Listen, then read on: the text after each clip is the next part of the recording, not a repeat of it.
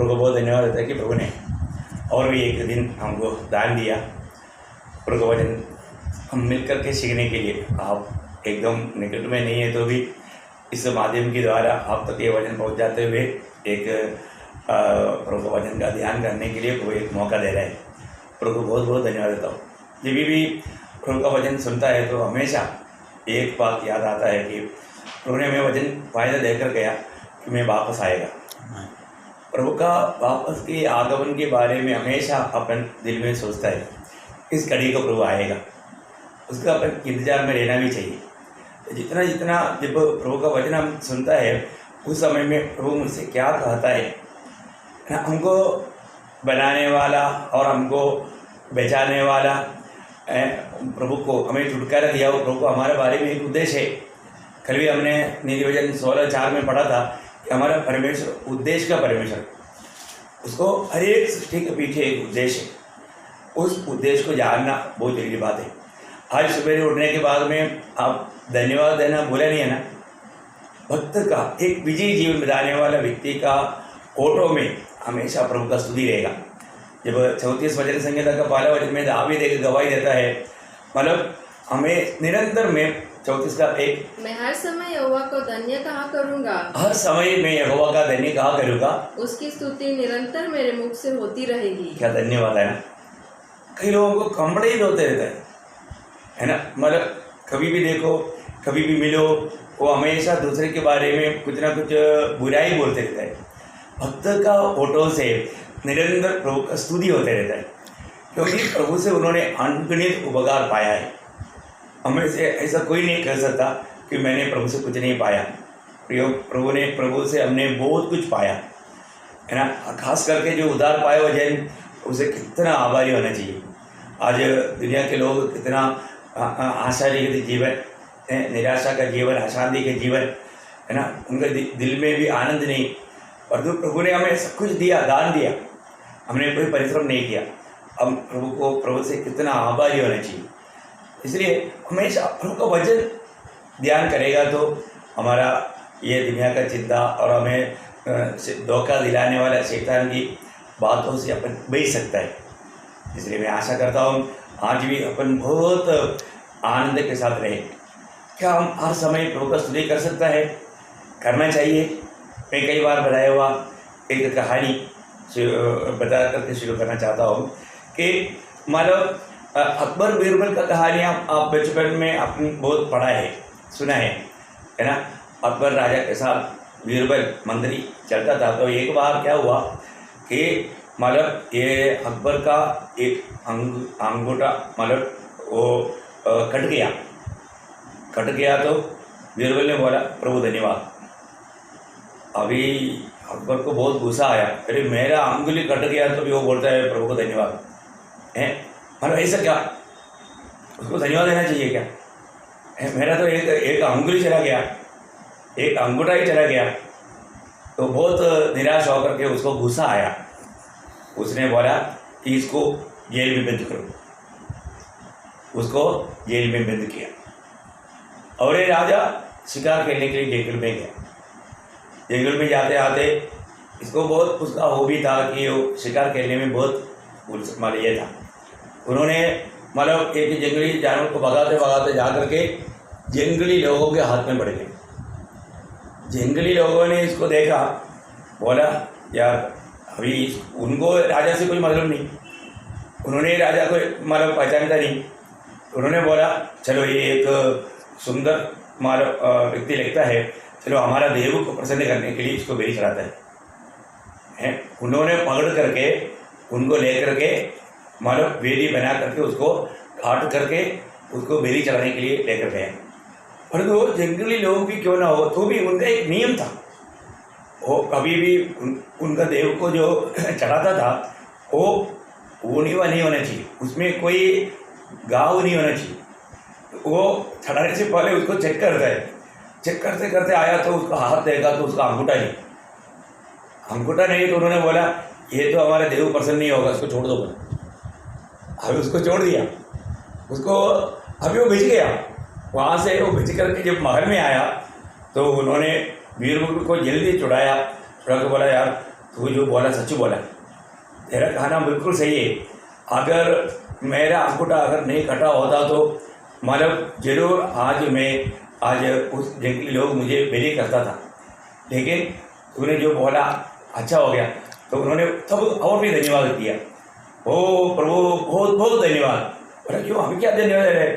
बोला कि अगर मैं आपके साथ होता वो लोग मुझको भी पकड़ लेता और आपको छोड़ देता और मुझको काट देता है। देखा, इसका मतलब क्या है कि हमारे जीवन में बोलने का अर्थ क्या है कि प्रियो, हमारे जीवन में हम हर एक बातों में प्रभु को धन्यवाद देना चाहिए। क्यों? अभी हमारे प्रति उसका एक वेद मैं आपको बताना चाहता हूँ। शायद आप में से कई लोग घर में निराश हो सकता है ना, पति पत्नी के प्रति, पत्नी पति के प्रति कभी कभी निराश होता है। अरे मुझे कैसा पति मिला, नहीं तो मुझे कैसा पत्नी मिला, ऐसा विचार में आ जाता है। मैं आपको बताना चाहता हूँ, प्रभु ने सबसे अच्छा पति आपको दिया और सबसे अच्छा पत्नी आपको दिया। क्यों? मैं आपको बताऊँ, आप आज जो परेशानी की बात है वो परेशानी क्यों है? आपको मसीह के रूप में लाने के लिए, आपको मसीह के रूप में लाने के लिए आपको ऐसा ही पत्नी चाहिए और ऐसा ही पति चाहिए, ऐसा ही बच्चा चाहिए, तभी आप मसीह के स्वभाव में बदलेगा। हमें बचाने वाला, हमें छुटकारा दिया हुआ प्रभु का हमारे प्रति उद्देश्य पूरा होने के लिए वो परिस्थिति चाहिए। इसका मतलब हमारे जीवन में आया हुआ ये परिस्थिति के बारे में हम निराश नहीं होना। कभी कभी प्रभु का योजना ना जानने के कारण लोग बहुत दुखी हो जाता है। ऐसा दुखी नहीं होना प्रियो। हमारे जीवन में हमको, आपको सबको मालूम है ना, जब दूसरा पत्रोस पहला अध्याय उसका 3-4 वचन में जब हम पढ़ता है, दूसरा पत्रोस पहला अध्याय का 3-4 वचन में, क्योंकि उसकी ईश्वरीय सामर्थ ने सब कुछ जो जीवन और भक्ति से संबंध रखता है हमें उसी की पहचान के द्वारा दिया है, जिसने हमें अपनी ही महिमा और सद्गुण के अनुसार बुलाया है, जिनके द्वारा उसने हमें बहुमूल्य और बहुत ही बड़ी प्रतिज्ञा दी है, ताकि इनके द्वारा तुम उस सड़ाहट से छुटकर जो संसार में बुरी अभिलाषाओं से होती है, ईश्वरीय स्वभाव के सहभागी हो जाओ। बहुत आनंद का बात है ना।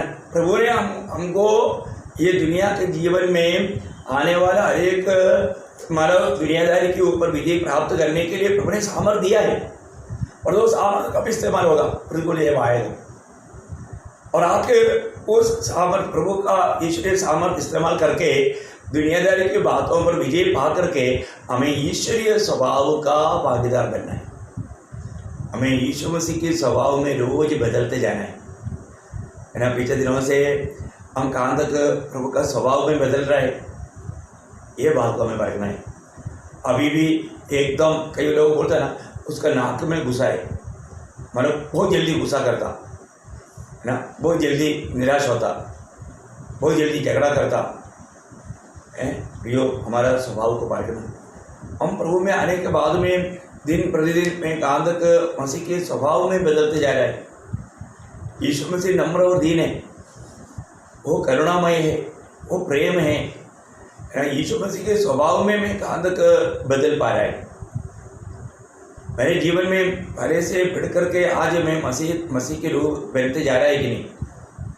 रोज रोज हमारे जीवन में आने वाला हर एक परिस्थिति वो हमें मसीह का स्वभाव में बदलने के लिए, क्योंकि फिलिपियों 2:5 में लिखा है, जैसे यीशु मसीह के स्वभाव है वैसे तुम्हारा भी हो। यीशु मसीह के स्वभाव हमारे में आना है। प्रभु में बुलाहट पाने के बाद में हमको हमारे बारे में प्रभु का बहुत बड़ा इच्छा है, हम उस ईश्वरीय स्वभाव में भागीदार बने, हम उस स्वभाव में उसके जैसा बनना। रोज रोज इस कार्य हमारे जीवन में होना है। उसके लिए कभी हम ना चाहने वाला कुछ बातें, अनुभव हमारे जीवन में आता है। इसलिए कोई भी प्रभु में आने के बाद कोई दुखी और निराश ना हो, हमेशा प्रभु में आनंद देना, क्योंकि प्रभु का हमेशा योजना वो हमारा भलाई है। आखिर में सारे बात को प्रभु भलाई में बदलेगा, है ना। कभी भी निराश नहीं होना, है ना। प्रभु में आनंद और मगन रहना, हर बात में प्रभु को स्तुति करना। हमारी भलाई के लिए प्रभु किसी को भी किसी प्रकार भी इस्तेमाल कर सकता है। मुझे इस समय में और भी एक कहानी याद आता है। वो क्या है कि एक विधवा एक छोटा झोपड़ी में रहता था। वो विधवा मतलब कोई उसको कोई ना कोई ला खाना देता था और हमेशा प्रभु का स्तुति करता था। जो भी मिलता था प्रभु यीशु मसीह के बारे में उनको बताता था। और एक नास्तिक व्यक्ति को ये बात सही नहीं पाता है। उन्होंने सोचा एक दिन मैं इसको एक सबक सिखाऊंगा। उन्होंने क्या किया, सुबेरे एक अच्छा टिफिन में उनको मतलब कुछ खाना ला करके उसका झोपड़ी के सामने लेके दिया।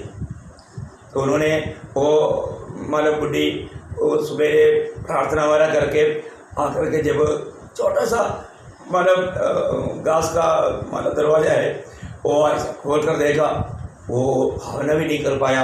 एक सुंदर मतलब टिफिन उसके घर के सामने। तो उन्होंने खोल करके देखा, सुंदर भोजन, बहुत दिन से इतना अच्छा भोजन नहीं खाया। ओ प्रभु को बहुत धन्यवाद दिया, प्रभु आपने इतना सुंदर भोजन दिया, धन्यवाद। वो आज आपने मुझको बहुत बड़ा आशीष दिया, धन्यवाद। ऐसे धन्यवाद किया तो ये नास्तिक व्यक्ति एक तो बहुत जोर जोर से हंसा है और वो बोलता है, हे बुढ़ी ये तेरा मतलब प्रभु ने नहीं दिया, मैं ला करके दिया। उस समय में वो बुढ़ी और भी जोर से प्रभु को स्तुति किया, प्रभु जिसको तुझ पर भरोसा भी नहीं है उसने उसको तूने आज मेरे लिए इस्तेमाल किया, धन्यवाद। देखा उनके अंदर भी इस प्रकार का एक विचार कौन दिया, मेरा प्रभु ने दिया करके वो गवाही दिया। कितना अनोखा बात है ना। कई बातें हम कभी सोच भी नहीं सकता, ऐसा लोगों के द्वारा भी प्रभु हमारे लिए करवाएगा। इसलिए तो हमें देखना है, हमें समझना है, हर अवस्था में हम प्रभु को स्तुति करने के लिए तैयार रहना, निरंतर प्रभु का स्तुति करते रहना, क्योंकि प्रभु ने हमारा नाम स्वर्ग में लिखा है, हमें प्रभु ने अनंत जीवन दिया है, वो प्रभु हमेशा हमारे साथ रहता है। इसलिए हम जो भी कार्य करता है स्वर्ग देखता है, ये बात को कभी ना भूले। प्रभु को बहुत धन्यवाद देता हूँ। हम लोग पिछले दिनों में भी हम लोग न्याय के बारे में देख रहा था। दो बात देखा, जो सूली पर हुआ न्याय और अपने आप का न्याय के बारे में हमने देखा। आज हम तीसरा न्याय की ओर, और ये बात बहुत खास बात है क्योंकि ज़िंदगी एक ही है, ये जीवन में किया हुआ हर एक बातों का न्याय होने वाला है। इसलिए प्रभु का लोग इस जीवन में कितना सावधानी से अपना हर एक काम करना चाहिए। हर एक बातों में हमारा प्रभु का महिमा होना चाहिए। प्रभु को महिमा ना मिलने वाला कोई भी बातों में हम लोग शामिल नहीं होना चाहिए। हमें सही में एक सच्चा प्रभु का भय मानने वाला एक दिल हमको चाहिए। मैं आप सबसे मतलब बहुत नम्र विनती करता हूँ, अपने आप को पारखो कि मैं वास्तव में प्रभु का भय मानता है कि नहीं। प्रभु का दिल को मैं किसी प्रकार का भी दुख नहीं दूंगा। जिस प्रभु ने मुझसे इस रीति में प्रेम किया है, प्रभु ने कलवरी सूली में अपना महान प्रेम प्रकट किया है, तो प्रेम की खातिर मैं अभी आइंदा कभी भी प्रभु का दिल को दुख देने वाला कोई भी काम मैं नहीं करूँगा, कोई भी बात मैं नहीं बोलूँगा, कोई भी बात मैं सोचूंगा नहीं। ऐसा मैं अपने कोई भी आंखों से प्रभु को दुख देने वाला कोई काम नहीं करेगा। ऐसा एक सच्चा निर्णय चाहिए। आपको मालूम है, निर्णय लेना हमेशा एक विजयी जीवन के लिए जरूरी बात है। इसलिए अपने आप को एक अच्छा निर्णय लेना, एक अच्छा निर्णय लेकर के उस पर चलना। प्रभु का महिमा के लिए जो भी हम निर्णय लेता है, प्रभु जरूर हमें मदद करेगा। तो मैं आशा करता हूँ आज भी, क्योंकि हमें मरने के बाद हम अपने लिए आनंद काल के लिए कुछ नहीं कर सकता।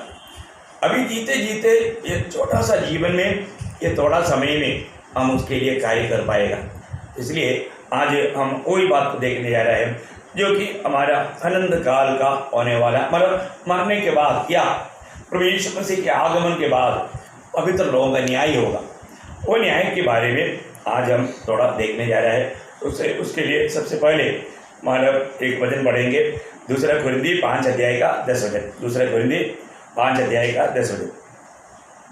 क्योंकि अवश्य है कि हम सबका हाथ मसीह के न्यायासन के सामने खुल जाए कि हर एक व्यक्ति अपने अपने भले बुरे कामों का बदला जो उसने देह के द्वारा किए हो पाए।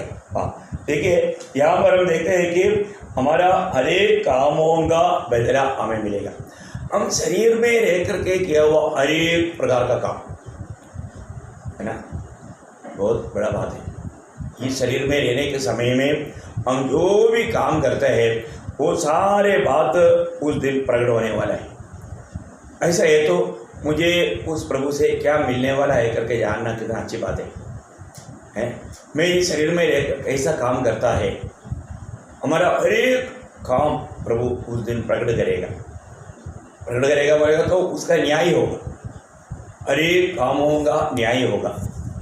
ऐसा है तो मतलब एक एक बातों में हमें कितना सावधान रहना चाहिए। छोटी छोटी बातों में भी हमको बहुत सावधान रह करके जीवन बिताना बहुत जरूरी बात है।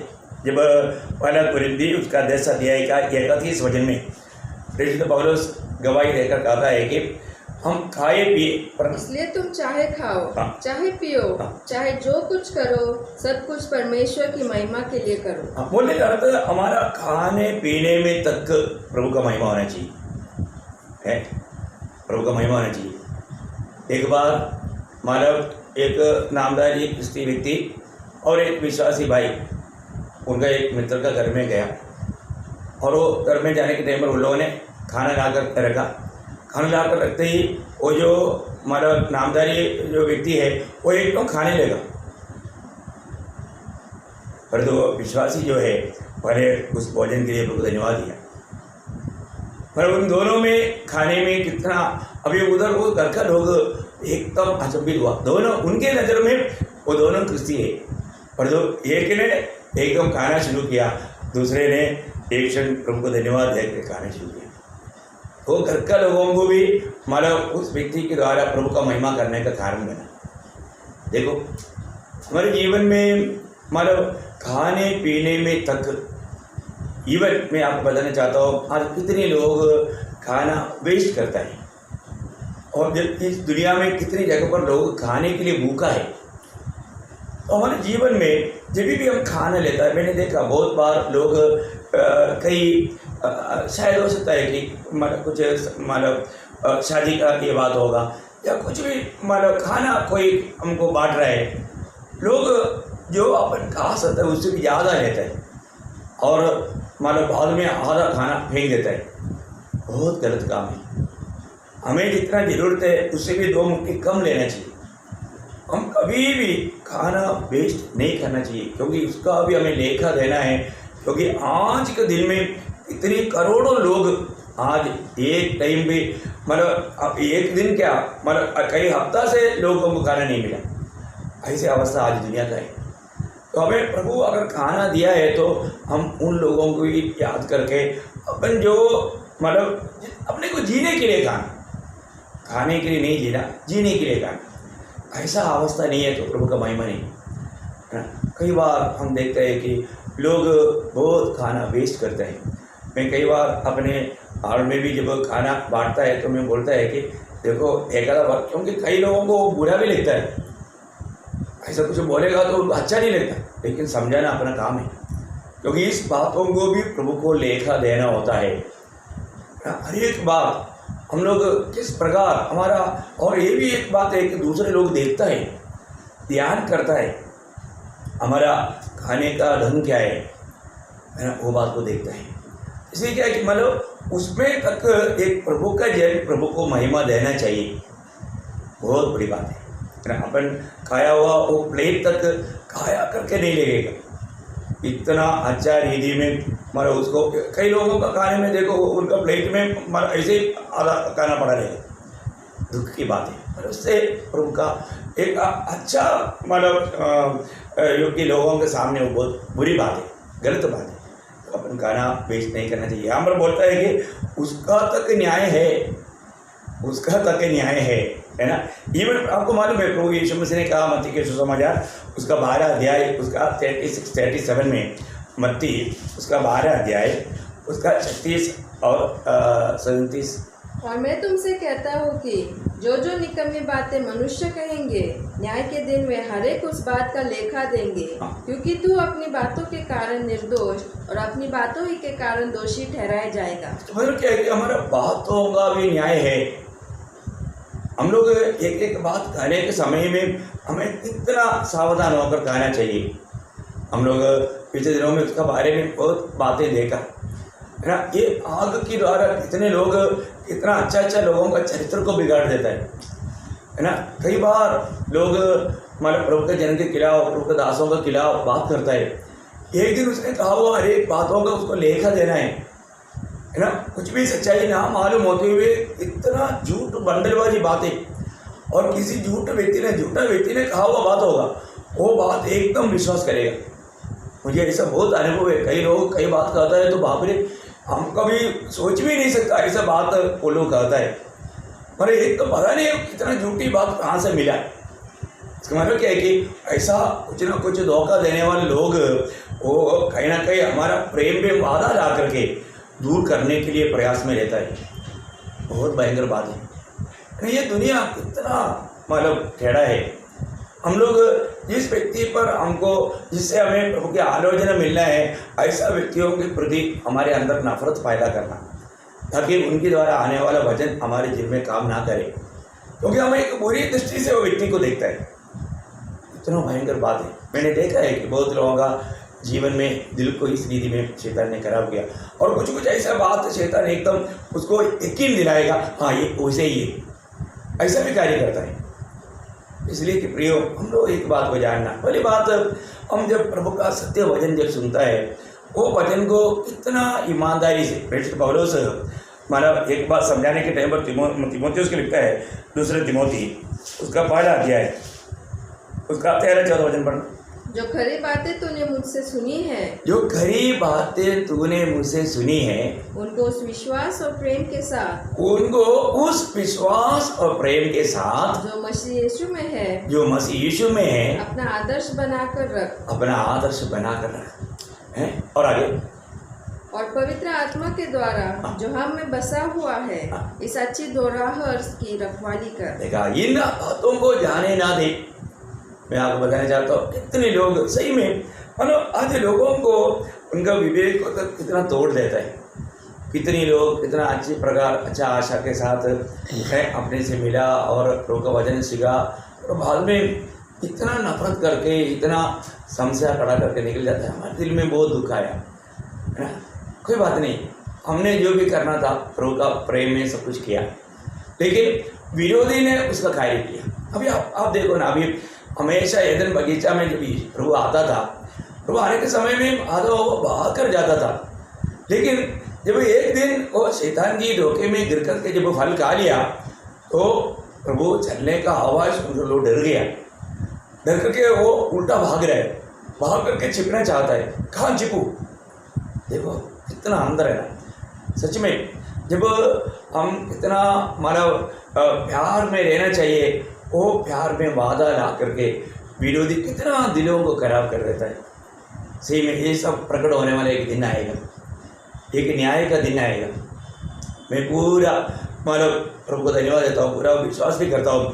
प्रभु ने बुलाया इसलिए मैं इस देश में रुका हूँ, प्रभु ने दिया हुआ काम सिर्फ करता हूँ। मैं कभी भी मतलब कोई ये दुनिया की बातों के लिए कभी भी इधर ही नहीं निकला। प्रभु का आवाज़ सुन करके मतलब ऐसा कोई इतना अच्छा काम नहीं, लेकिन जो भी नौकरी था वो भी मैंने छोड़ दिया और मैं प्रभु का सेवा के लिए निकला। और वो समय से मतलब प्रभु की सेवा, प्रभु की महिमा के लिए करते आए। मैं कभी भी कई बार कई रीति में, और मुझे भी कई प्रकार, मुझे और कई जगह पर देश में जाने का भी मौका था। मैं वहाँ पर कभी भी मतलब लोग इतना मुझे जोर देने पर भी नहीं गया, क्योंकि मुझे हमेशा मालूम है हम उधर जाने के पीछे एक क्लू शैतान डालता है, क्या है? पैसा। पैसा है ना। जब पहला तिमोथी 6:10 में लिखा है, धन का लोभ पाप का जड़ है। धन का लोभ पाप का जड़ है। हमको ऐसे बातों से क्या करना? वहाँ पर आप उसका 10 और 11 वचन पढ़ना। क्योंकि रुपए का लोभ सब प्रकार की बुराइयों की जड़ है, जिसे प्राप्त करने का प्रयत्न करते हुए बहुतों ने विश्वास से भटक कर अपने आप को नाना प्रकार के दुखों से छलनी बना लिया है। पर हे परमेश्वर के जन, हे परमेश्वर के जन, तू इन बातों से भाग। इन बातों से भाग। इन बातों को मतलब वहाँ पर रुकना नहीं, चल करके भी नहीं जाना, भागो। एक्चुअली वो सत्य चेतावनी मैं आपको बताना चाहता हूँ। जब से मतलब प्रभु में आने के बाद, और वास्तव में मेरा एक पक्का निर्णय था, यदि मुझे भूखा भी रहना पड़ेगा तो भी, मैं कभी भी मेरा अवस्था कभी किसी को बताएगा ही नहीं, मैं किसी के सामने मेरा हाथ नहीं फैलाएगा। और जो भी मैंने कई बार मंडली में भी बताया कि कभी भी अब प्रभु के लिए जो देता है खुशी के साथ है तभी देना, क्योंकि ये प्रभु का सेवा ये कोई भीख मांगने वाली बात नहीं। अभी आपको मालूम है, शायद आपने कई मंडली में गया होगा तो उधर बर्तन भिखारी का बर्तन घुमाता है, कभी कभी 2-2 बार घुमाता है लोग। देखो कोई कुछ और भी मांग बोल करके, लेकिन आज तक प्रभु का अनुग्रह से अपने बीच में ऐसा एक बर्तन नहीं घुमाया है। और वहाँ पर एक छोटा बहुत इसलिए रखा है, किसी को सचमुच में दिल है। इवन मैंने कई बार बताया, जो उधार नहीं पाया वो लोग कभी भी उसमें हाथ ना बढ़ाए। जिस व्यक्ति को अपना दिल प्रभु को देने के लिए तैयार नहीं है तो प्रभु को उसका धन भी जरूरत नहीं। प्रभु कभी घूस ले करके खुश होने वाले नहीं है। सबसे बड़ी बात क्या ना, अपने जीवन में मतलब प्रभु की सेवा आज बहुत लोग धन कमाने का एक कमाई का मार्ग बनाए, और बहुत लोग इसका बारे में कितना झूठ बात फैलाता है, उसमें सच्चाई वास्तव में है ही नहीं है ना। लोग बहुत प्रकार बहुत बातों में मतलब दोष लगाया, लेकिन हमने उसको भी प्रभु के लिए मतलब धन्यवाद दिया, क्योंकि क्या है कि अपना ऐसा कुछ लक्ष्य में है नहीं भाई। प्रभु का अनुग्रह से हमने 18 साल 10 दिन सर्विस किया, और इस सर्विस के बीच में भी मैं 1 साल UN फोर्स में जब सेवा किया, उसमें जो मिला हुआ मेरा ज़िंदगी का मतलब काफ़ी लंबा समय बिताने का जरूरतमंद पैसा मिला। मैं वो बात को भी कभी किसी को प्रकट नहीं किया है। मैं बोलने का अर्थ क्या है कि ऐसा भी जरूरत नहीं किसी के सामने ऐसा ये करना पड़े, तो भी प्रभु का अनुग्रह है। प्रभु ने मतलब कम से कम आर्मी में होने के कारण 15 साल के बाद पेंशन भी मिलता है। ऐसे भी नहीं है कि हम मतलब उस प्रकार, ये सब प्रभु ने किया, प्रभु ने प्रबंध किया, हम अपना कोई बड़े नहीं, लेकिन ये प्रभु का अनुग्रह से हुआ। तो इस जीवन में ये दुनिया का कोई आलिशान जीवन बिताने का मतलब अपना है ही नहीं। मेन बात क्या है, प्रभु का महिमा। हर एक बातों में हमारे जीवन से प्रभु का महिमा होना चाहिए, और जितना भी है हम प्रभु के लिए दिन रात भागते रहा। प्रभु ने जो आरोग्य दिया प्रभु का महिमा के लिए इस्तेमाल कर पाया, इसमें मुझे बहुत आनंद है ना। बहुत जगह पर बहुत इतना मैं इधर से मतलब औजार तक भी अपने पास स्कूटर होने के वजह से मैं कैलकुलेशन करता है, अरे यार इधर से उधर तक जाकर आने में स्कूटर में भी जाएगा तो मतलब कम से कम 1 लीटर इसका खर्चा पड़ेगा, उससे अच्छा है मतलब द्वारका तक जाकर के अपन बस में जाकर आएगा तो वो लाभ है। ऐसे सोच करके मतलब मैं उतना तक कैलकुलेशन देखता हूँ, क्योंकि हमें उस बात का भी लेखा देना है। ये बहुत बड़ी बात है ना, उतना तक लेखा देना पड़ेगा। तो सबसे बड़ी बात है, मैं आपको बोलता हूँ, हम लोग मतलब एक समय अगर उपवास करता है तो वो उपवास किया हुआ वो खर्चा हम एक गरीब को पहुँचाना चाहिए, तब उसका पूरा फायदा है। ये नहीं कि उपवास किया अगली बार डबल खाना खाया है, ऐसे भी करना लोग है। मतलब बात क्या है, स्वार्थता है। बोलने का अर्थ प्रियो, हमें आनंद काल का दृश्य में जीवन की यात्रा करना, हमारा हर एक कामों में हर एक बातों में प्रभु का महिमा होता है कि नहीं। हमारा शब्दों में, हमारा बोलने वाला शब्दों में दूसरे को प्रभु मिल पा रहा है कि नहीं, यीशु मसीह मिलना चाहिए। इसलिए यहाँ पर हमारा पौलुस कहता है, तीमुथियुस तू क्या करना, तूने जो भी मुझसे जो पाया है वो वापस एक बार पढ़ेंगे उसको, दूसरा तीमुथी पहला अध्याय का 13-14। जो खरी बातें तूने मुझसे सुनी है, जो खरी बात मतलब प्रभु का वचन खरी बात है, भक्ति है, भक्ति है। ये वचन कभी भी और किसी के साथ मिलाना नहीं है। आपको जो भी बात सिखाया जाता है ये एकदम प्रभु का खरी बात है, इस बात में थोड़ा भी मिलावट नहीं। एक्चुअली मलयालम में इतना मतलब सीरियस लिखा है, खरी बात मतलब पत्ते वजन लिखा है, पत्ते वजन, पत्ते है पत्ते। मतलब आपको मालूम है जब वीलिया वाला हो जाता है तो उस समय में कुछ पत्ते रहता है, हर एक चीज़ नहीं खा सकता। तो इसी प्रकार जब आयुर्वेद मेडिसिन वाले लेता है तो वहाँ भी पत्ते रहता है, आप सारी चीज़ खा नहीं सकता। इसी प्रकार ये उनका पत्ते वजन, ये पत्ते वजन लिया हुआ व्यक्ति का जीवन में बहुत बातों में सावधान रहना पड़ता है। बोले का तो है, हम कैसे भी अपना मनमानी में जी नहीं सकता है। अपना मनमानी में ऐसा पुराना नियम का लोगों में नासिर वृद्ध रहता था, नास्तिक प्रवृत्ति का लोग सब चीज़ अपना मनमानी में नहीं ले सकता, कार्य नहीं कर सकता, कोई मानव छू नहीं सकता, दाखरस पी नहीं सकता, ऐसे ऐसे बहुत विधियाँ था। इसलिए प्रियो हम लोग प्रभु का पत्ते वचन को थामा रहना। और उस यहाँ पर तीमुथियुस को कहता है कि तुमने जो मेरे से जो सीखा हुआ उस पत्ते वचन को, इस पत्ते वचन को थामा रहना। वापस पढ़ना। जो खरी बातें तूने मुझसे सुनी है उनको उस विश्वास और प्रेम के साथ जो मसीह यीशु में है अपना आदर्श बनाकर रख। अपना आदर्श बनाकर रहना। एक्चुअली कि आजकल बहुत लोग मतलब प्रभु का सत्य वचन को इस रीति में नहीं सिखाता, क्योंकि उनके जीवन में वो बात नहीं, उनके जीवन में एक आदर्श नहीं, इसलिए वो क्या कहेगा, उसको बोलने का हिम्मत नहीं आएगा, है ना। नहीं तो फिर लोग बोलेगा कि मतलब आपका जीवन में ऐसे नहीं। बहुत भयंकर बात है। आज अपने जीवन में मतलब लोगों को ऐसा कुछ बुराई बोलने का मौका ना दे। और आगे, और पवित्र आत्मा के द्वारा जो हम में बसा हुआ है इस अच्छी दोराहर की रखवाली कर। हाँ देखा, उस आत्मा की सहायता से, क्योंकि प्रभु की आत्मा की सहायता बिना इन बातों का रिकवर नहीं कर सकता।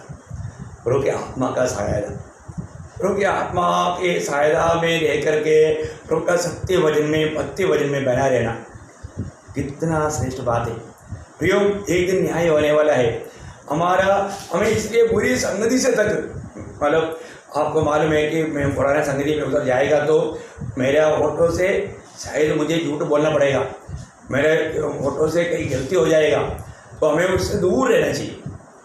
हम इसी कारण प्रभु में आने के बाद में हम मतलब जो पुराना जो जीवन की जो बात है, पुराना जो संगति है, इन सारे बातों से हमें दूर होना पड़ता है, नहीं तो वहाँ पर गलती आ सकता है। हमें बहुत सावधान रहना चाहिए।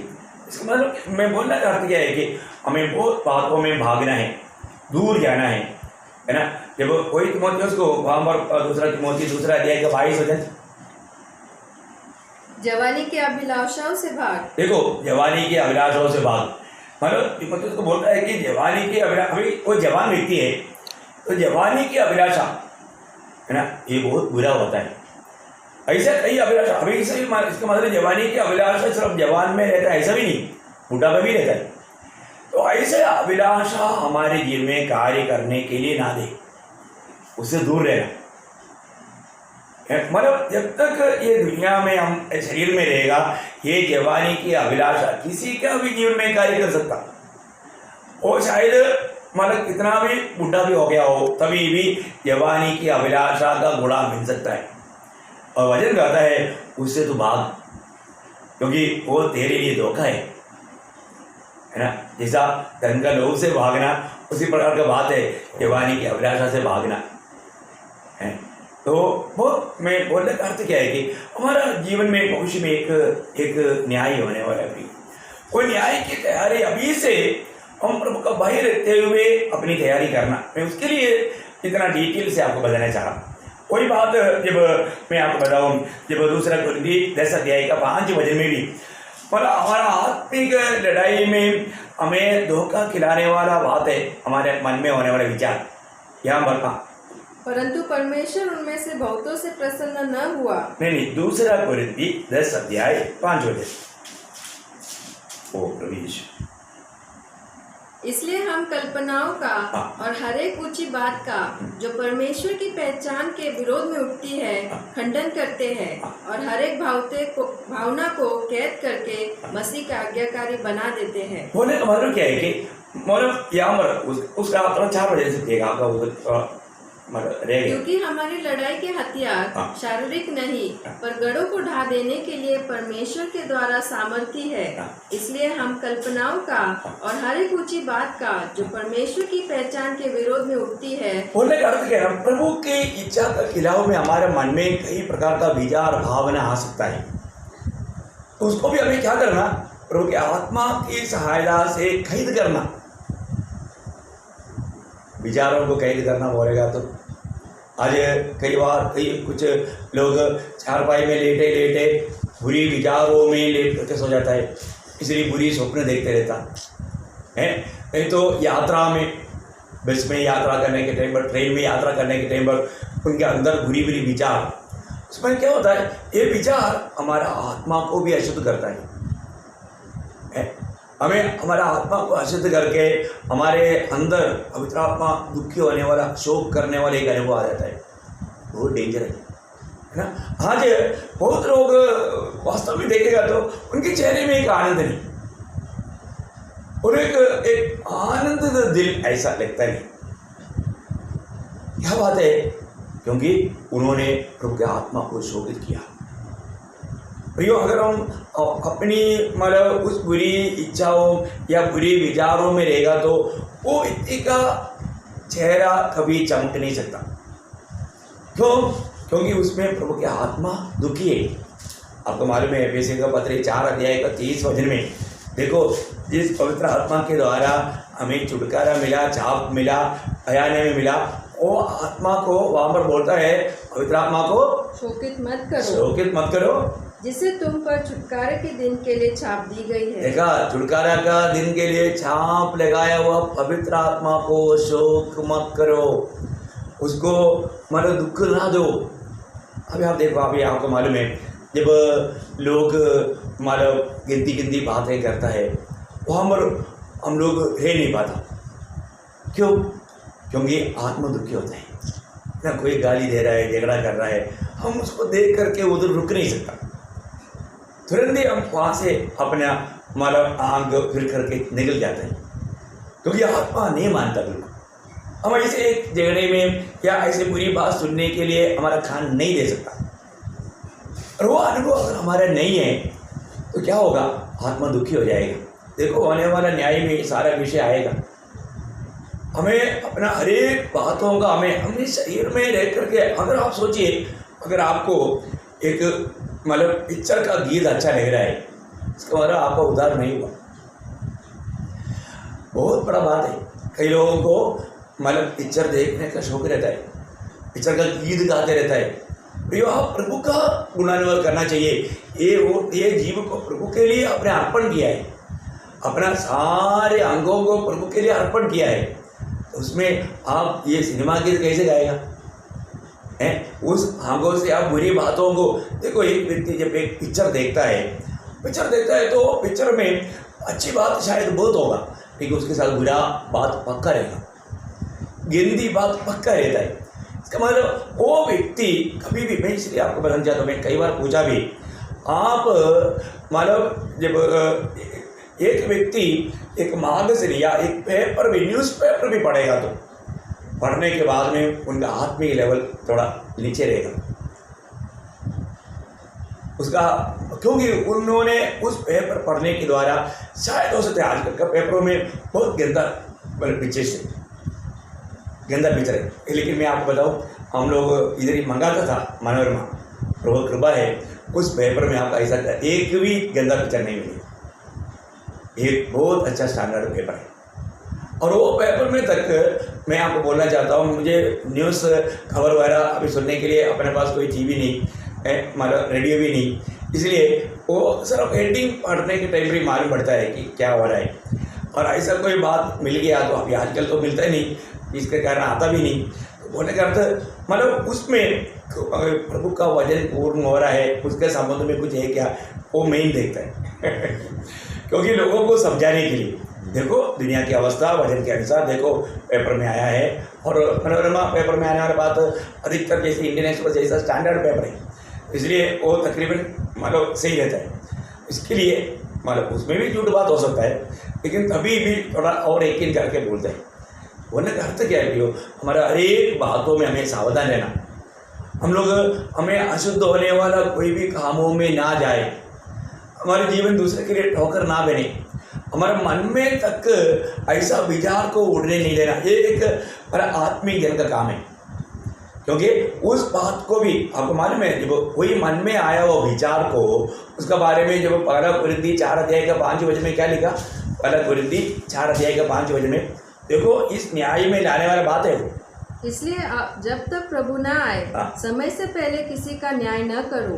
वही अंधकार की छिपी बातें ज्योति में दिखाएगा और मनों के अभिप्रायों को प्रकट करेगा। देखा, मनों की अभिप्रायों को प्रकट करेगा, तब परमेश्वर की ओर से हर एक की प्रशंसा होगी। देखा, मनों की मतलब मन में जो विचार किया, आप जिस विचारों में समय नष्ट किया, वो बात का भी न्याय करेगा। मन की विचार है बहुत भयंकर एक शक्ति चैलामी है। उसका 9 अध्याय का वही पहला कोरिन्थियों 9 अध्याय का 26-27। इसलिए मैं तो इसी रीति से दौड़ता हूँ, परंतु लक्ष्यहीन नहीं। मैं भी इसी रीति से मुक्कों से लड़ता हूँ, परंतु उसके समान नहीं जो हवा पीटता हुआ लड़ता है, परंतु मैं अपनी देह को मारता कूटता और वश में लाता हूँ, ऐसा न हो कि औरों को प्रचार करके मैं आप ही किसी रीति से निकम्मा ठहरूं। देखा, इसका मतलब क्या है? हम लोग कल भी देखा था, अपने आप को न्याय करना। तो हमारे जीवन में बहुत सावधानी से चलने वाले जीवन है मसीह जीवन। मसीह जीवन को हम किसी प्रकार भी लापरवाही ना करें।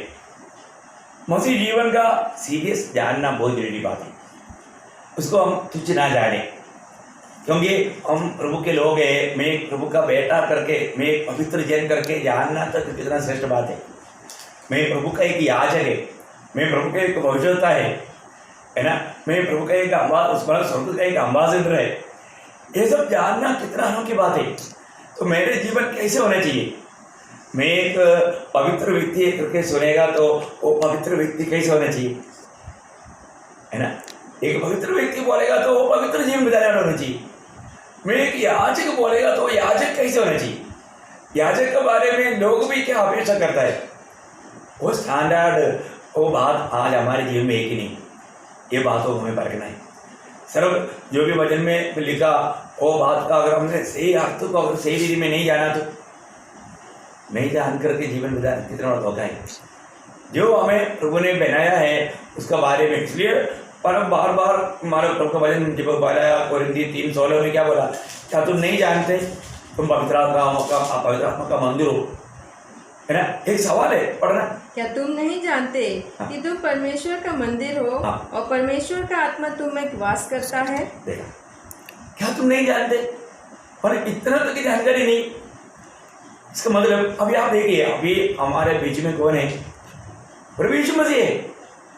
प्रभु हमारे बीच में है। अभी इसका मतलब बहुत बार लोग प्रभु को उपस्थिति में आने के समय में भी उनका दिल प्रभु की ओर नहीं, उनका दिल प्रभु की ओर एकाग्र नहीं, वो प्रभु का वचनों पर तक ध्यान नहीं दे पाता, उनका मन बहकता है।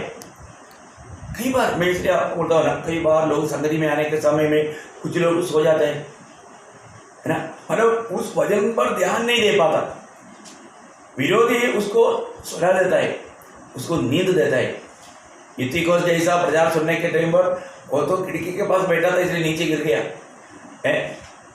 अच्छा था प्रभु का दास पौलुस ने प्रार्थना किया, वो उसको जिंदा मतलब हो गया, नहीं तो बहुत भयंकर बात है। आज बहुत लोग मतलब प्रभु का वचन सुनने के समय में तक उस पर ध्यान से सुन करके प्रभु को महिमा नहीं दे पाता, मतलब उस समय में तक उनके ऊपर विरोधी प्रभाव भी काम करता है। अपने को परखना है। मुझे इस छोटा सा जीवन प्रभु का भय मानते हुए, है ना, मैं प्रभु मुझ में रहता है, प्रभु मेरा सारे बातों को देखता है, मैं आज सच्चा आनंदित व्यक्ति है क्या? हम लोग हमें देखने वालों को हमारा प्रभु उनको भी चाहिए ऐसा बोलना चाहिए ना। क्यों? क्योंकि हमारे चेहरे में ऐसा आनंद दिखना चाहिए। हमें दुनिया के लोगों से, मैं इसलिए आपको बोला था कि पवित्र आत्मा को शोभित ना करें। पवित्र आत्मा कब शोभित होता है?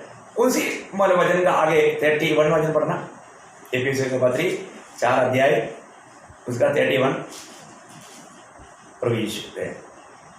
सब प्रकार की कड़वाहट, देखो, सब प्रकार की कड़वाहट और प्रकोप और क्रोध और कलह और निंदा सब वैरभाव समेत तुमसे दूर की जाए। देखो, ये बात हमारे जीवन में दिल में रहेगा तो प्रभु की आत्मा दुखी हो जाएगा। ये प्रभु का आत्मा को शोकित करने वाली बात है। ये सब अंदर रहता है, ये अंदर रह करके लोग भक्ति करता है। बाप रे, इतना भयंकर अनुभव मेरे जीवन में सेवा में बहुत प्रकार का अनुभव पाया। मैं वो सारे बात वर्णन नहीं करना चाहता। मैं एक बार बोले, एक व्यक्ति आराधना में बोलता है मैं उसको जाकर मारूं। देखो, अभी आपने प्रभु का आलोचना सुना रहा है, उसको गुस्सा चढ़ रहा है। क्यों? क्योंकि लोगों ने उनको मतलब ऐसा बात सुना करके उनका दिल को मतलब नफरत भर दिया।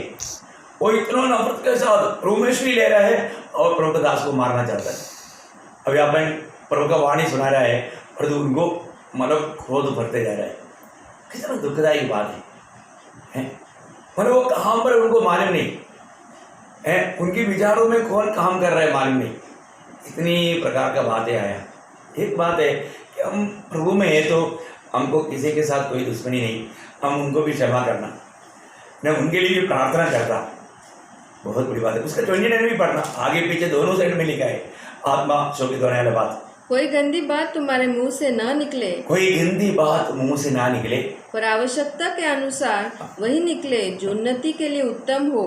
तो हमारे जीवन में मतलब सुनने वालों को आत्मिक उन्नति मिलने लायक बातों को करना बहुत अच्छा बात है। अगर अपन मतलब अभी एक हफ्ता में किया हुआ बातचीत का बात अगर हम सामने ला करके परखेगा तो ये तो लोगों के लिए मुश्किल की बात है, लोग भूल भी गया होगा बहुत बात, लेकिन हमारा बातों में कुछ गलती हुआ है क्या? मेरी बातों में मैंने प्रभु का दिल को दुखाया है? क्योंकि बातों के द्वारा कितना पाप लोग करता है उसका कोई गिनती नहीं। बहुत बार लोग शब्दों में बहुत प्रकार का मतलब पाप करता है, लोग इतना सावधान नहीं है ना। और ऐसे हम किसी के साथ जो हमको सही रीति में मालूम नहीं वो बात में हमने हावी किया, हमने वो पापों में पूरा शामिल हो गया। ऐसे कितनी बार कितनी गलतियों में लोग फंस जाता है। हम लोग इतना, मैं इसलिए बताना चाहता हूँ, प्रभु में आने के बाद में प्रभु का भय मानने वाला एक दिल चाहिए, निरंतर प्रभु का भय मानना चाहिए। क्योंकि मैं प्रभु की उपस्थिति में हूँ, मैं प्रभु को महिमा दे करके हर एक काम करना चाहिए। प्रभु की आत्मा को शोकित करेगा तो उसका नुकसान किसको है? वो व्यक्ति को है। देखो, वो व्यक्ति आनंदित रहना चाहता है लेकिन आनंदित नहीं होता। क्यों? क्योंकि उन्होंने पवित्र आत्मा को शोकित किया। प्रभु की आत्मा उसमें दुखी है। जब प्रभु दुखी है तो वो व्यक्ति कैसे आनंदित रहेगा? इसका मतलब एक व्यक्ति का चेहरा देखते ही मालूम पड़ता है कि आज ये व्यक्ति में प्रभु प्रसन्न है क्या। देखो, इसलिए प्लास्टिक हंसी नहीं होना चाहिए, मतलब सच्चा हंसी होना चाहिए, है ना। कई बार लोग आराधना में भी प्रभु में इसमें भी शामिल होने के लिए आता है तो घर में झगड़ा करके आता है, मेल का करके भी नहीं आता, वो भी कितना दुख की बात है। इसका मतलब क्या है कि मतलब हमारा पूरा चाल चलन की भेद जानने वाला प्रभु का दृष्टि में हमारा अवस्था क्या है? प्रभु के न्यायासन के सामने हमारा कामों को जब परखा जाएगा तो हमारा क्या होगा? ये तो नहीं, कई बच्चे लोगों को क्या लगता है ना, एक छोटा सवाल था और उसका उत्तर भी छोटा था लेकिन 2 पेज लिख दिया। और टीचर कम से कम इतना मैंने हार्ड वर्क किया है ये देख करके थोड़ा तरस खाएगा, सोचेगा तो कभी नहीं हो सकता। इसके लिए एक बात है, प्रभु का अनंत काल में होने वाला न्याय की बात पर बहुत बातें हैं, मैं उसको थोड़ा गहराई में आपको समझाना चाहता हूँ। जब आप मत्ती के सुसमाचार में जब आता है, मत्ती के सुसमाचार 6 अध्याय उसका 1 से 4 तक जब भजन पढ़ेगा तो वहाँ पर हम जो प्रभु का कार्य करता है वो कार्यों के बारे में, जब हम प्रभु का महिमा के लिए कोई मान किसी का कोई मदद करता है, कुछ कार्य करता है, उसका बारे में ध्यान देने वाली एक बात प्रभु ने कहा, सावधान रहो, तुम मनुष्य को दिखाने के लिए अपने धर्म के काम न करो, नहीं तो अपने स्वर्गीय पिता से कुछ भी फल न पाओगे। इसलिए जब तू दान करे तो अपने आगे तुरी न बजवा, जैसे कपटी सभाओं और गलियों में करते हैं, ताकि लोग उनकी बड़ाई करें। मैं तुमसे सच कहता हूँ कि वे अपना प्रतिफल पा चुके। परंतु जब तू दान करे तो जो तेरा दाहिना हाथ करता है उसे तेरा बायां हाथ न जानने पाए, ताकि तेरा दान गुप्त रहे और तब तेरा पिता जो गुप्त में देखता है तुझे प्रतिफल देगा। हाँ देखो, मतलब अभी आप प्रभु से प्रतिफल पाने के लिए जा रहे हैं। अभी हमारा न्याय होने वाला है, और न्याय होने के टाइम पर मैं आज इस विषय को समझाने के टाइम पर ये बातें मंडली को बहुत गहराई से बहुत बार बताया, लेकिन मैं इस वक्त में आपको बताना चाहता हूँ। कई बार लोगों के दिल में क्या रहता है कि मैं कुछ भी अच्छा काम किया है तो मैंने किसी को कुछ भी मदद किया है तो 10 लोग जानना चाहिए, ताकि लोग मेरा तारीफ करें। हाँ यार, वो बहुत बड़ा भक्त है, वो कभी भी है ना, वो मतलब दूसरे लोगों को बहुत मदद करता है। इसका मतलब क्या हो गया, वो व्यक्ति के अंदर भी वो इसके प्रति मतलब ऐसा है। फिर वो जब भी देखेगा तो उसको और भी सम्मान करके ऐसे करेगा। परंतु जो सच्चा भक्त है वो भक्त करने के टाइम पर वो कभी भी दूसरा लोग देखने लायक काम नहीं करेगा, क्योंकि प्रभु का महिमा ही वो व्यक्ति चाहता है। क्योंकि जो भी देता है प्रभु ने दिया तभी, और प्रभु की आत्मा की प्रेरणा से वो भी करना। हम कोई भी कामों में पवित्र आत्मा के अगुवाई के बिना प्रभु की इच्छा के खिलाफ अगर हम कोई भी काम करेगा उसमें भी हमें प्रतिफल नहीं। ये बहुत डिटेल से मैं आपको बोलता हूँ, नासिक मंडली को मैंने इस विषय में बहुत गहरा रीति में समझाया, और तो कितने लोग इस बात को समझा मुझे नहीं मालूम, लेकिन हमें समझना चाहिए। क्योंकि अपन जो भी प्रभु में काम करेगा वो काम कभी भी दूसरे को ध्यानने का मौका नहीं होना चाहिए। दूसरा हमारा बढ़ाई करे, दूसरा हमारा तारीफ करे, दूसरे के सामने हम कुछ अच्छा लिखे। अभी आपको मालूम है, मुझे मालूम है, ये खास करके महाराष्ट्र लोगों का एक स्वभाव क्या है, वो लोग मतलब प्रार्थना भवन में कुछ भी चीज़ अगर मतलब ला कर दिया, फान दिया तो उसका डोनेटेड बाई है, मतलब कुर्सी दिया है तो कुर्सी में लिखा रहेगा कौन ये दिया। क्या है ना, वो व्यक्ति के अंदर वास्तव में एक बड़ा घमंड है।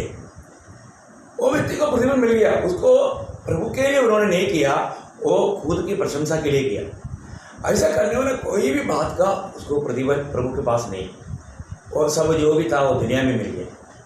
इसका मतलब क्या है कि हम इस दुनिया में करने वाला इतना भी अच्छा काम, इसलिए क्या है कि अपन सत्य वचन सिखाता है, हमें सत्य वचन सिखाया बोलकर किसी का तारीफ भी नहीं चाहिए, क्योंकि वो प्रशंसा हमें प्रभु के पास मिलना है।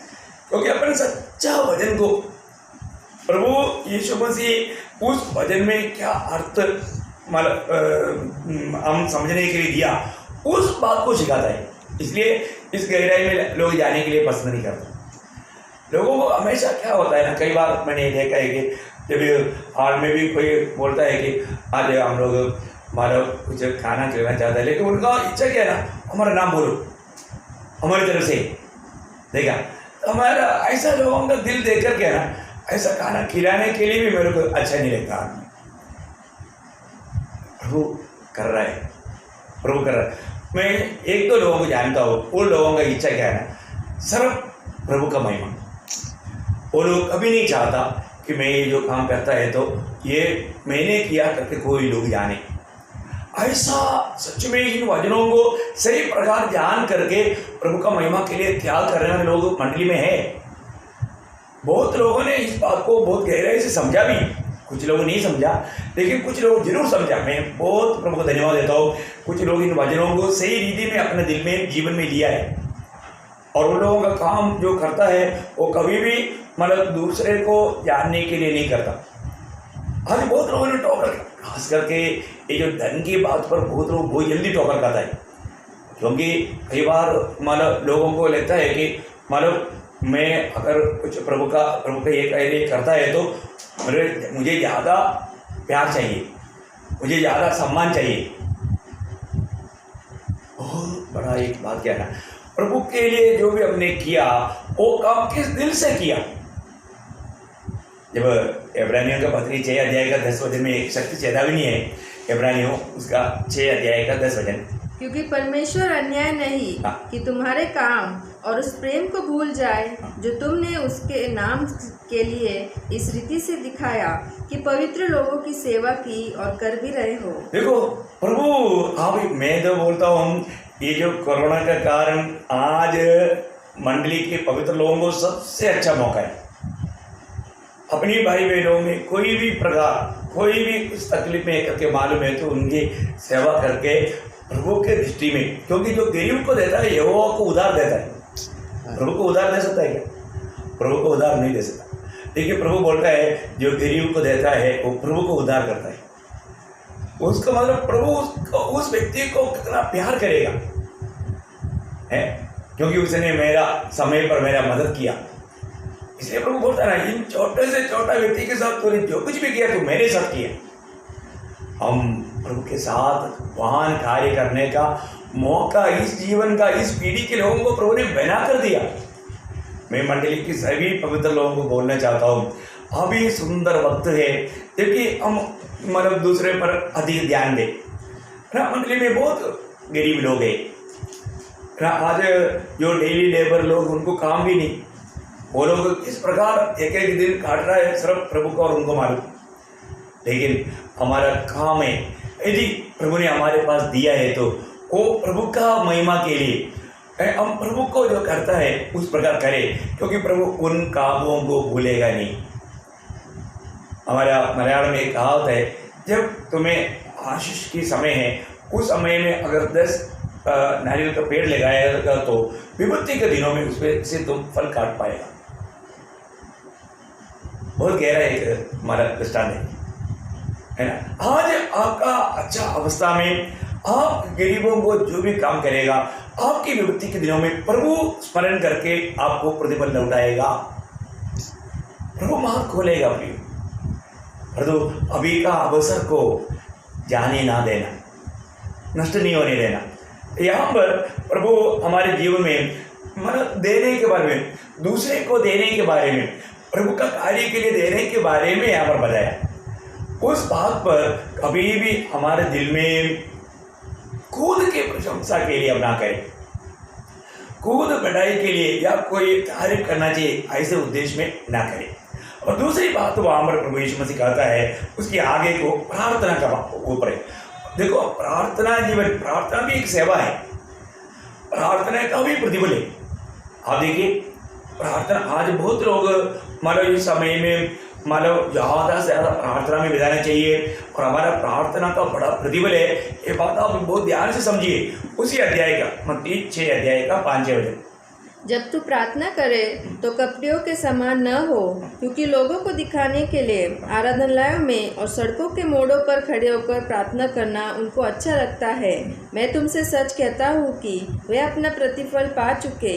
परंतु जब तू प्रार्थना करे तो अपनी कोठरी में जा और द्वार बंद करके अपने पिता से जो गुप्त में है प्रार्थना कर, तब तेरा पिता जो गुप्त में देखता है तुझे प्रतिफल देगा। देखो हम कई बार कई लोगों को कंप्लेंट देता है, मेरे से प्रार्थना नहीं करा है। वो व्यक्ति कितना घमंडी व्यक्ति है। आप एक जगह पर आया, अगर आप उधर ही बैठ कर आप प्रभु से प्रार्थना करना, उसके लिए कोई नाम लेकर बोलने की जरूरत है क्या? या ऐसा नहीं करवाए बोल के कंप्लेंट करना चाहिए क्या? कभी नहीं हुई। कभी कभी लोग इतना मतलब घमंड की आत्मा में भर जाता है, उनको लगता है कि मेरे को प्रार्थना का तक एक मौका नहीं दिया। मैंने ऐसा कंप्लेंट बहुत बार कई लोगों को सुना है। ये एक हमारा बहुत बड़ा अज्ञानता है। प्रियो हमारा प्रार्थना हम कहीं भी जाएगा तो हमें वहाँ पर उस जगह के लिए उन लोगों के लिए प्रार्थना करना ही है, ये हमारा कर्तव्य है।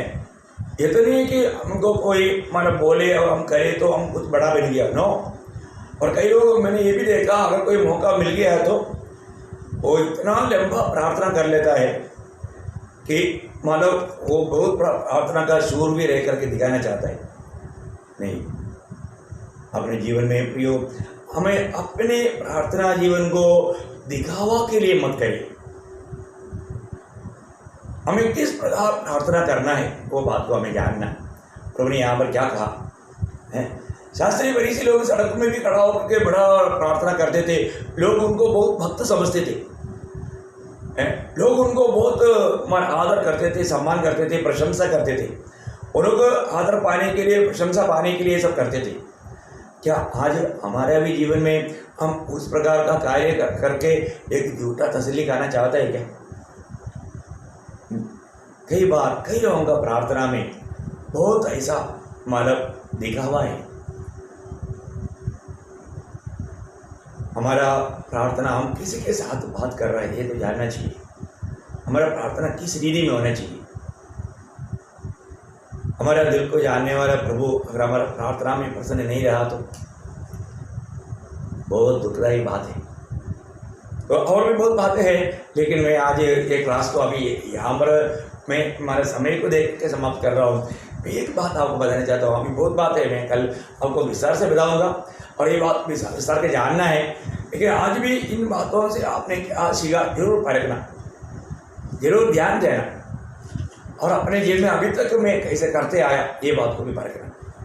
जीवन में जहाँ जहाँ पर हमें बदलना चाहिए वो बदलना प्रियो, क्योंकि अभी कितना समय मिलेगा मालूम नहीं। ये छोटा सा आयु अनंत काल का तैयारी के लिए दिया है, और उस न्यायासन के सामने हमें क्या मिलने वाला है, मैं क्या पाने की तैयारी में हूँ अपना। शायद मैं आगे आपको जो इसका विस्तार से जब बताऊँगा तब आपको समझेगा हमें क्या प्रतिफल पाने के लिए जा रहे हैं, किस प्रकार का हम प्रतिफल पाएगा, और वो सब आनंद काल के लिए। तो उस बात को हमें पढ़ेगा। ओके, बहुत बहुत प्रभु को धन्यवाद देता हूँ। अब सबको जल्दी से जल्दी आने वाला प्रभु यीशु मसीह की यादी पवित्र नाम में और एक बार मसीह वंदन देता हूँ। वचन ध्यान करना, वचन में बना रहना, प्रार्थना में लवलिक रहना। प्रभु आप सबको आशीष दे। प्रभु का अनुग्रह आपके साथ हो।